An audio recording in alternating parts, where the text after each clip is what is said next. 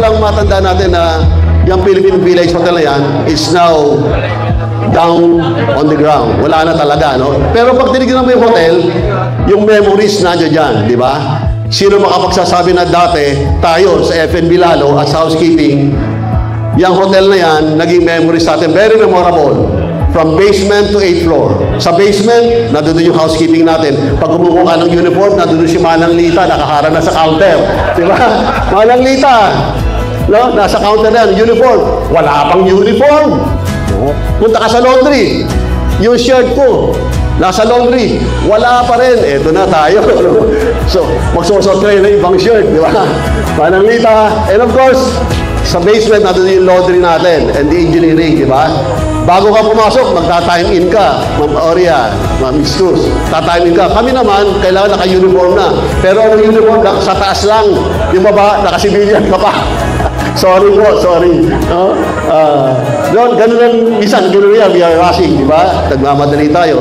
Nung waiter pa po kami noon, no? We were just a young waiter. Sir Rick, siya mga kapitan natin noon, you know? And then, of course, pagdating mo sa ground floor, nandun na yung ating magandang grand lobby, di ba? Pag sinabing delayed flight, kargado tayo dyan, sanay tayo dyan, kahit sila ng waiter, di ba? Doon tayo natuto, di ba? Doon tayo naging creative.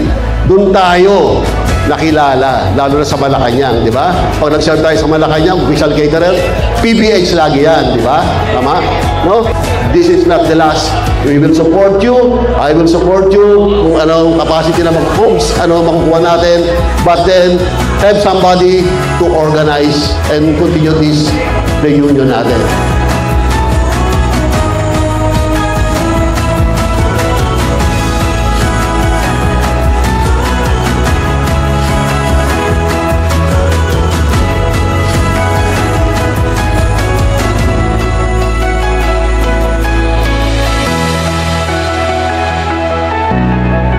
Sabi ko kay Mili, pwede ba ikaw na mag-continue?